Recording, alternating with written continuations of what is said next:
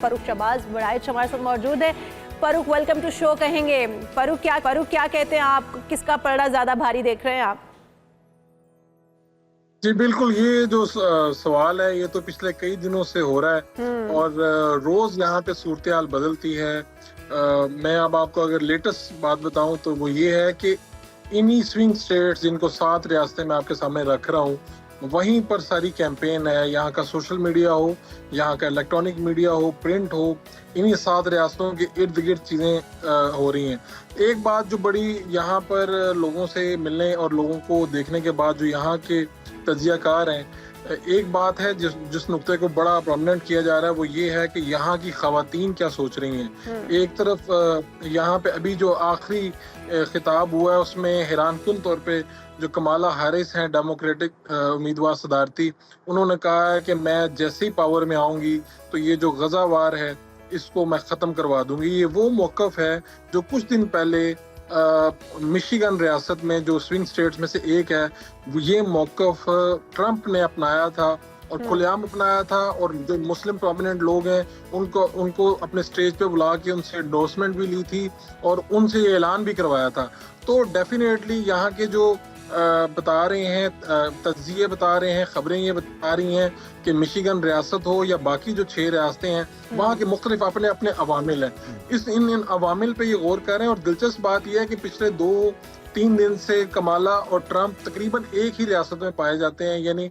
और आज ये आखिरी दिन जब मैं आपसे मुखातिब हूँ तो कमाला और ट्रंप जो है ये 2-2, 3-3 स्विंग स्टेट्स में एक ही दिन में गए हैं। स्टेट्स जिसका आपने जिक्र किया फरूख, उसकी बड़ी अहमियत है और वो जीतने वाले जो भी कैंडिडेट होगा उसमें उनका बड़ा अहम किरदार होगा। क्या मिजाज लग रहा है स्विंग स्टेट्स के रहने वालों का? और जो आपने बात की है गजा वॉर को ख़त्म करने की, क्या अमेरिका में भी उसी तरह के दावों के ऊपर अवाम यकीन कर सकती है? क्योंकि इस वक्त मौजूदा जो हुकूमत है वो भी उन्हीं की है, तो अगर वो कुछ कर सकती थी तो अभी क्यों नहीं कर सकी?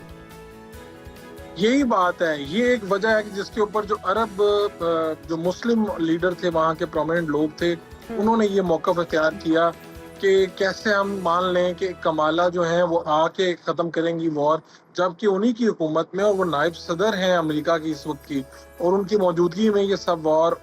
लेकिन बहरहाल सभी मुल्कों के सियासतदानों की तरह यहाँ के सियासतदान भी ऐलान करते हैं कि जब वो आएंगे तो खुशहाली होगी। अभी ट्रंप ने एक्स पे ये बयान दिया था कि जैसे ही वो आएंगे, यानी कुछ दिन रह गए हैं जब अमेरिका में बेरोजगारों को रोजगार मिलेगा, जब अमेरिका में खुशहाली दोबारा लौट आएगी, अमेरिका अजीम बनेगा।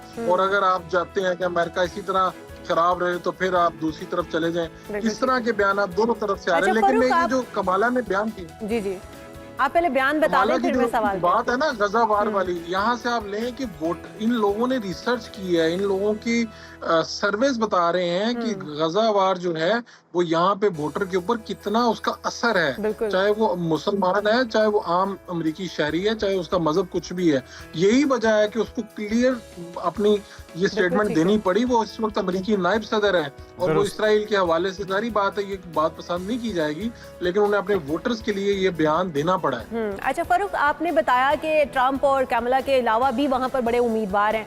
कल मैं आपकी गुफ्तगू सुन रही थी वहाँ के रिहायशियों के साथ, जो आपने एक गुफ्तगू की भी थी, तो उसमें बताया जा रहा था कि बहुत सारे वोटर्स ऐसे भी हैं जो कि उन लोगों को वोट करें जिनका ना मीडिया तस्करा कर रही है, ना वो वहाँ पर उनका कोई और जिक्र कर रहा है। वो कौन से उम्मीदवार हैं और वो उनका जिक्र क्यों नहीं है, वो क्यों नहीं सामने आ रहे? ये बड़ा दिलचस्प मामला है। खुद यहाँ पर और देखने के बाद अंदाजा हुआ कि मैं भी अमेरिकन जो मीडिया उसको फॉलो कर रहा हूँ, तो यहाँ पर भी बिल्कुल कोई चर्चा नहीं। और उसके बाद फिर पाकिस्तान और दूसरे ममालिक में क्या चर्चा होगा जिस मुल्क में इलेक्शन हो रहा है जब उनको। तो एक तीसरी प्रोमिनेंट जो कैंडिडेट हैं वो ज्यूइश हैं, लेकिन ग्रीन पार्टी है उनकी, और जिल स्टाइन उनका नाम है। इसके अलावा एक हार्वर्ड यूनिवर्सिटी से पढ़े हुए एक दानिश्वर हैं, वो मुकाबले में है। लेकिन इनके साथ भी एक आप कह लें कि यहाँ का सिस्टम जो है वो जरा कि कुछ स्टेट्स में उनका नाम बैलेट पेपर पे भी छप के नहीं आता। अलबत्ता ये जो एक दिलचस्प नुक्ता इसका ये है कि जो जिल स्टाइन है उनको मुसलमान कहीं ज्यादातर मुस्लिम वोटर्स हैं उनके, और वो इसलिए हैं कि वो गजा वार को लेके, और आम अमरीकी भी उनको इसलिए वोट कर रहा है कि गजा वार के ऊपर उनकी स्टेटमेंट इन दोनों उम्मीदवारों से बहुत बेहतर और बहुत ही कड़ी है, सख्त है। अच्छा। और वो अगर 5% से ज्यादा वोट ले जाती हैं तो फिर उनको कोई फंडिंग का सिलसिला शुरू होगा, यहाँ का जो सिस्टम है वो उनको फिर ले आएगा, और फिर अगली मर्तबा वो किसी भी तरह जब वो उम्मीदवार के तौर पे आएंगे तो बैलेट पेपर पे उनका नाम छपेगा और निशान होगा। ये सिस्टम है यहाँ का जिस तरह से जो काम करता है। अच्छा फरूक, मशरक़ वस्ता के हवाले से दोनों की क्या पॉलिसी हो सकती है, दोनों क्या किस तरह से कायल कर रहे हैं अपने वोटर्स को? खासकर हमारा कंसर्न तो यही है कि पाकिस्तान के साथ क्या नई आने वाली हुकूमत या जो भी सदर होगा वो ताल्लुकात को नए सिरे से उस्तवार करेगा या इसी तरह से पॉलिसी चलती रहेगी? मैं ये बात क्या है कि कोई आप लोगों की उम्मीदों पे पानी नहीं फेरना चाहता, लेकिन एक बात दिलचस्प है कि 5 नवंबर की रात तक यहाँ पर फैसला तो हो जाएगा कि कौन होगा अमेरिकी सदर। यहाँ के रिजल्ट तकरीबन कमोबेश बता देते हैं, थोड़ी ताखीर के साथ ही, लेकिन अमेरिकी सदर को व्हाइट हाउस पहुंचने में फिर भी 2 माह तकरीबन लग जाते हैं। 20 जनवरी को जाके उनकी हलफबर्दारी होती है, उससे पहले वो कैबिनेट फाइनल करते हैं, पोजीशंस तय करते हैं, और 20 जनवरी के बाद 20 जनवरी को हलफ उठाने के बाद ही वो कोई हुक्मनामा जारी कर सकते हैं। उसके बाद ट्रंप बने या कमाला हैरिस, इन दोनों को यहाँ पे बहुत से मसाइल का सामना होगा। अमेरिका अंदरूनी तौर पर बहुत से मसाइल का शिकार है, वो इमिग्रेंट का मसला हो, वो इनकी मईशत का मसला हो। इनकी तकारीर देखें तो ऐसे लगता है जैसे सुपर पावर अमेरिका चीन से भी थोड़ा सा परेशान दिखाई देता है। यानी ट्रंप का तो बहुत ज्यादा इसरार अपनी तकारीर में। एक चीज बताइएगा फरूक, तो इसके बाद जाके कहीं हाँ, जिस तरह हम पाकिस्तान की बात करते हैं, पाकिस्तान के अंदर जब वोटिंग का अमल होता है तो सबसे बड़ा चैलेंज गुज़श्ता काफ़ी अरसे से, 2 कम से कम टेन्योर से, तो ये चल रहा है कि मईशत को किस तरह से बेहतर किया जाए। तो अमरीकी इंतखाबात में सबसे बड़ा चैलेंज क्या होगा नई आने वाली हुकूमत को? जी, ये यहाँ पे सबसे